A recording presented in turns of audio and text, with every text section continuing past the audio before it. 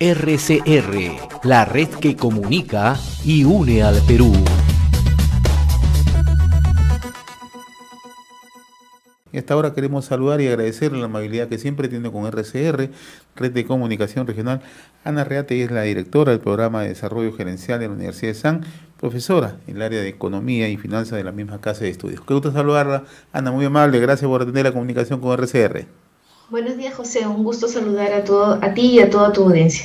Bien, estamos en medio de una crisis sin precedentes en el país, ¿no? Una crisis sanitaria, una crisis de salud por efecto de la pandemia, una economía totalmente contraída, una caída dramática en el empleo, freno en el tema de las inversiones y ni qué decir la situación social y política, ¿no? Para tener una idea cabal, ¿no? Una aproximación, ¿cómo es que va a recibir el próximo gobierno el país, particularmente en materia económica? En materia económica bastante disminuido, no solamente por la pérdida de empresas que hemos tenido, o sea, generalmente se habla de la pérdida del empleo, por supuesto que es la consecuencia o lo que más nos debe de importar, pero la pérdida de empleo es consecuencia de la pérdida de empresas, ¿no? Es como si hoy día nosotros tuviéramos, por ejemplo, 10 carros para trabajar y taxiar, y nosotros pensamos que vamos a poder utilizar estos 10 activos, estos 10 autos para poder generarnos ingresos. Pero hoy día el Perú se ha quedado como con 5 autos para trabajar. Entonces, obviamente, las 5 personas que tenían esos autos para trabajar, los 5 adicionales que ya no están, pierden el empleo y nosotros perderemos la capacidad de generar riqueza por 10 autos, ahora solo podemos generar riqueza por 5 autos. Entonces, hoy día nos encuentra la situación con una pérdida de empresas, ¿no? Las empresas han quebrado, han cerrado, y al generarse esta quiebra empresarial, entonces se pierden los empleos. Para poder recuperar los empleos, entonces lo primero que se tiene que generar son nuevos emprendimientos o nuevas empresas. Y ahí viene el problema, porque obviamente estamos tratando de atacar, y creo que no mal el hecho de ayudar a la población en forma directa, pero creo que lamentablemente nadie está hablando de cómo vamos a hacer para generar nuevas compañías, nuevas empresas. ¿Cómo hacemos para tener otros 5 taxis más? Para que podamos seguir generando trabajo, ¿no? Entonces, hay un problema serio de no tener empresas para trabajar, pero la gente obviamente no se queda con los brazos cruzados, sino que está buscando su propia empresa, y esa propia empresa me pongo a hacer cosas pequeñas, a vender, a comprar, a lo que sea. No está mal porque estoy generando mi ingreso personal, pero lo que se espera es que haya empresas, porque las empresas son capaces de generar más que las personas individualmente, ¿no? Y normalmente esos emprendimientos son personales y no se paga impuestos. Y obviamente nos encontramos, así como las empresas están quebradas, pues el Estado también está muy golpeado porque no tiene ingresos, porque sus ingresos se han caído, porque las empresas quebradas y las que están vivas venden menos, entonces también será mucho menos, y es mucho menos, el pago de los impuestos. Ahora, estamos entonces en una economía de subsistencia, ¿no? Para diariamente poder justamente acoger un ingreso y poder vivir. Pero lo que acabas de anotar es bastante directo, ¿no? Hay una quiebra de empresas. ¿Estas empresas son de toda magnitud, desde grandes a pequeñas a medianas? Yo diría que las pequeñas, las medianas, son las que son en la mayor cantidad, obviamente, ¿no? En número. Son las que han quebrado, y no solamente ha quebrado el sector formal, sino también que los emprendimientos informales también han quebrado, ¿no? Que es todavía el golpe más fuerte desde el punto de vista del tamaño de la economía nacional debido a la alta informalidad que hay, y el paso de las pequeñas y medianas al mundo de la informalidad, ¿no? Lo estamos viendo, por ejemplo, el típico ejemplo es Gamarra, que la gente que tenía, en los mercados, que la gente tenía el puesto y que ahí, mal que bien, emitía factura, boleta, pagaba cierto nivel de impuestos, pero ahora esa gente prefiere salir a vender en la calle porque ya no puede pagar el alquiler, por ejemplo, ya se perdió. Entonces el Estado perdió esos ingresos de esos impuestos, ¿no? Claro, para la gente está bien porque la gente va a tener sus ingresos y va a poder comer ese día, pero a nivel de Estado, que era un poco lo que tú preguntabas al inicio, la cosa está muy complicada. Realmente soportar el proceso de expansión o crecimiento este año y el próximo año van a ser sumamente duros, ¿no?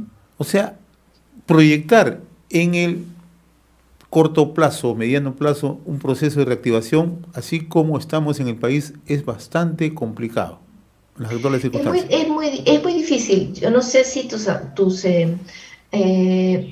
me puedan observar, pero es como que nosotros estábamos en este nivel y hemos tenido esta caída, ¿no? La caída del año pasado, esta caída, y caes 13%, ¿qué es esto?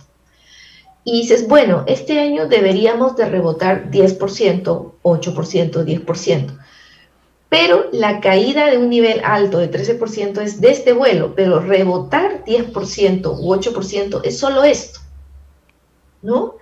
Entonces tú dices, claro, para volver solo a donde estabas, te va a tomar varios periodos. O sea, no es lo mismo, no sé si me comprenden, o yo me explico bien, no es lo mismo caer 13% de un número grande que rebotar 10% de un número más pequeño, ¿no? Entonces, obviamente,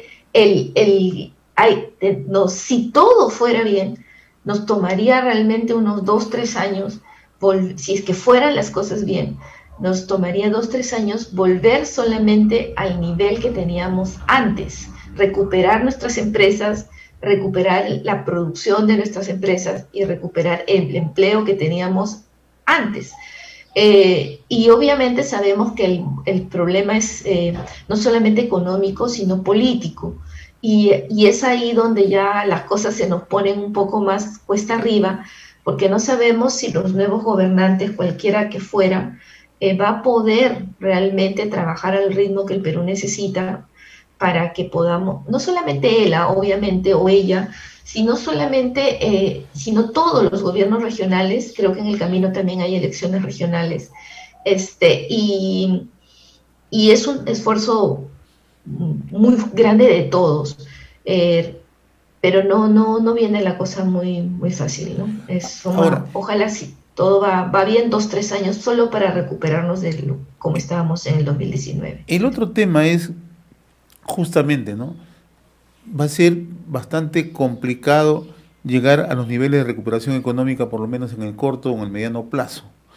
Pero, ¿qué va a ocurrir, ¿no?, con el tema de las nuevas inversiones, ¿no? Si tenemos un parlamento que en realidad ha perforado, ¿no?, nuestra seguridad jurídica, ¿no? Entonces no somos un país atractivo. Cada vez que uno conversa con analistas, observadores, lo primero que dice: en el Perú se ha quebrado la seguridad jurídica, por lo tanto no somos un país atractivo. Entonces, sumado al elemento quiebra de empresas más el nivel confianza, en realidad el panorama es bastante sombrío. Es como que nos estamos comprando todos los boletos para sacarnos el premio mayor, y el premio mayor es no crecer, ¿no? En este caso, sacarnos la mala suerte. Yo quisiera de repente explicar lo siguiente. Cuando un país quiere crecer, necesita de varias condiciones, por supuesto, pero las podemos agregar en 4 grandes grupos, ¿no? Para que el Perú crezca, tiene que crecer la balanza comercial, que es nuestras exportaciones e importaciones. Que este año, como dicen, Dios es peruano, ¿no? Y el próximo, la balanza comercial va a venir favorable. Eso quiere decir que se va a exportar más de lo que se va a importar. Eso también nos asegura que va a venir un flujo interesante de dólares en condiciones normales, ¿no es cierto? O sea, como que hay razón para que el dólar ingrese y no falte. Por otro lado, tienes el gasto del gobierno. Y hace un momento estábamos diciendo que el gasto del gobierno está en peligro. ¿Por qué? Porque ya no hay tanto pago de impuestos, las empresas están quebrando. ¿Correcto? Y si encima, la tercera gran categoría son las inversiones privadas. Ya van 3. Estas inversiones privadas pueden ser de empresas nacionales o empresas extranjeras.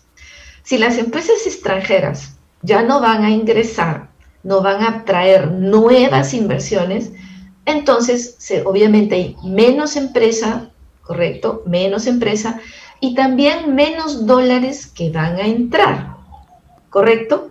Entonces, y si hay empresas transnacionales o internacionales que se vean más bien asustadas por la coyuntura política, lo que van a hacer es irse poco a poco. Al irse poco a poco, se pierden empleos y también se van dólares, ¿no? Entonces, los dólares se irán, como ya ha venido sucediendo paulatinamente. Entonces, por un lado tienes dólares que ingresan por las exportaciones y por otro lado tienes dólares que se van frente a la posibilidad de perder tu patrimonio y obviamente prefieres vender e irte. Y las empresas nacionales en este momento están siendo muy cautas frente a lo que viene. Entonces es como si antes tenías este dedo, no sé si se ve, de inversiones y de pronto el dedo se va a volver así, de pequeño, porque nos vamos a quedar con un pedazo mínimo de inversiones y eso lamentablemente no es suficiente. Y por último tenemos el consumo de las cuatro, ¿no? El consumo. El consumo de las familias está limitado porque por último para la cereza del helado es la pandemia. Entonces, frente a las pérdidas de empleos, nosotros estamos tratando de ser más cautos con nuestros consumos. Y además que tampoco podemos salir a consumir a las calles todos los que querramos. Yo quisiera irme el domingo a almorzar a la calle, pero no lo puedo hacer porque está prohibido. Entonces, la pandemia es un condicionante muy fuerte. Ya sé que puedo pedir delivery, pero de repente me da flojera. De todas maneras, hay una limitación para el consumo. Entonces, el consumo está flanqueado, primero, por la reducción de los ingresos familiares y segundo, por la pandemia. Entonces, y como decía, de las cuatro, excepto la balanza comercial en este año, todo lo demás está en serios problemas. Entonces es complicado que tú digas vas a crecer, vas a crecer, vas a crecer, el Estado lo puede todo. El Estado no lo puede todo porque el Estado depende de la capacidad que nosotros tengamos para trabajar y darle dinero al Estado para que el Estado a su vez pueda hacer las políticas que le correspondan en salud, educación, programas de bienestar común, etcétera, ¿no? Entonces, sí van a venir años muy difíciles desde el punto de vista económico, sea quien sea el presidente del Perú, presidenta, presidente, pero obviamente el orden y la claridad de ideas va a ser también sumamente importantísimo para poder guiar este barco nuevamente, enrumbarlo, ¿no? Ahora, justamente a lo que tú anotas, ¿no? El orden de claridad de ideas. Te quiero preguntar sobre algunas propuestas, si son viables o no son viables, ¿no? Por ejemplo, la propuesta de destinar 10% del PBI para el sector educación y también 10% del PBI para el sector salud. ¿Es viable en las actuales condiciones? No, no es viable, simplemente es un error conceptual, que creo que es un error conceptual el haber expresado, el que el señor Castillo se haya expresado de esa forma, ¿no? Lo que tal vez quiso decir tratando de ser, ¿cómo se puede decir? Tratar de interpretarlo, porque si no, si uno no lo interpreta, pensaría que no conoce, ¿no? la economía. A ver, es como si yo les dijera, o mejor permíteme explicarle a tu audiencia qué cosa es el PBI, ¿no? Para empezar, porque se habla mucho del Producto Bruto Interno. El Producto Bruto Interno es todos los bienes y servicios, la valorización de todos los bienes y servicios que se producen en una economía en un momento determinado. Por ejemplo, el 2021. ¿Cuántos bienes y servicios se han producido en un país en un periodo determinado?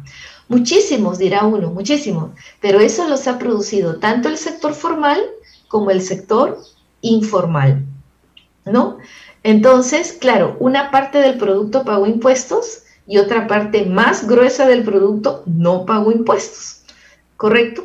Mire, para que se haga una idea, si yo vendo una casa este año, una casa vieja, antigua, si yo la vendo este año y usted me da, no sé, pues $100,000 por mi casa, hoy día, mi casa antigua, esa transacción no es PBI. Usted solo me está entregando dinero y yo le estoy entregando una casa antigua. Pero si yo vendo una casa nueva que se ha construido hoy día, producción de bienes y servicios de este año, entonces eso es PBI. Entonces, ahora imagínense todo el trabajo que hace la población, nosotros, cotidianamente. Alguna es remunerada, alguna no es remunerada, algunas en el mundo formal, algunas en el mundo informal. Entonces, nosotros tenemos una idea, una cuantificación de cuál es ese tamaño de producto, ¿de acuerdo? Una valorización, una idea de saber qué tan rico es el país. Y eso aproximadamente luego de la caída del PBI de este año es más o menos 215,000, 210,000 millones de dólares, ¿no? Luego de la caída, porque estábamos en 232,000 millones de dólares antes. Pero ahora es como si uno dijera, ahora bueno, de estos 210,000 millones de dólares, vamos a tomar el 10%, 21,000 millones de dólares para uno y 21,000 millones de dólares para el otro. Eso es imposible porque no tenemos, el Estado no tiene ese dinero, porque nuevamente el producto está en manos de toda la población, el Producto Bruto Interno, ¿no? Está en manos de las empresas, está en manos suyas, señora, señor, usted que trabaja en su chacra todos los días, es producto, ¿no? Yo que hago mis clases estoy haciendo producto. No pueden agarrar su trabajo y repartirlo, ni pueden agarrar el mío y repartirlo. Lo que se puede repartir son los impuestos, pero no su trabajo ni mi trabajo. Entonces, lo que tal vez quiso decir el señor era que se iban a tomar hasta el 10% de el presupuesto de la nación.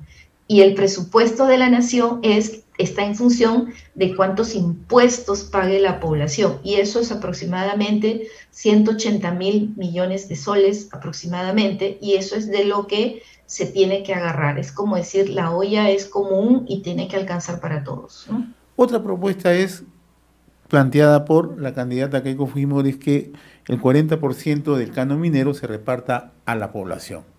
¿Es viable esta propuesta en términos de aplicación? Entiendo que se tienen que hacer modificaciones a la ley del canon, ¿no? Pasando que lo podrá hacer desde el punto de vista de que el Congreso se lo permitirá y que logrará hacer el cambio en la ley. Y al final es una modificación de la ley y si hay consenso se hace. A ver, de que se puede hacer, se puede hacer. El tema es mientras haya canon, ¿no? Es como decir, te voy a invitar mi plato de... como es, échale más papa al caldo o échale más agua al caldo para que alcance para todos, ¿no? Entonces, claro, mientras haya sopa se podrá repartir. Mientras haya canon y dada su propuesta, se podría hacer. Yo no digo que no se pueda hacer, que sea lo mejor que se pueda hacer. De repente tengo mis ¿cómo se puede decir? Inquietudes, si es lo mejor, ¿no? Porque entiéndase que lo que se busca es el bien social, el bien para todos, y el utilizar el dinero es como que es bueno hacerlo en carreteras, en puentes, en todo, en agua potable, en todo lo que la sociedad va a necesitar para estar todos mejor. Pero ahora la entiendo o entiendo desde el punto de vista de la desesperación, porque al final el dinero no se usa, ¿no? Y estamos siendo como un poco como el perro del hortelano, que ni come ni deja comer. Entonces, ella ha propuesto esto que evidentemente es un cambio bien agresivo, de poderse hacer, se puede hacer, de que podría tener otros usos, pero finalmente la política es esa y la toma de decisiones es esa. Si a ella le corresponde ser la próxima presidenta del país, lo podría implementar. Bien, yo te agradezco infinitamente, Anita Arrate, por esta comunicación con RCR. Te comprometo, a ver si semana a semana nos ilustras, en realidad nos has dado una clase de economía para entender y sobre todo, ¿no?, para que quienes nos escuchan en distintos puntos del país sepan cuál es la situación en la que nos encontramos. Nuevamente muy agradecido por la amabilidad que he tenido con RCR. RCR, la red que comunica y une al Perú.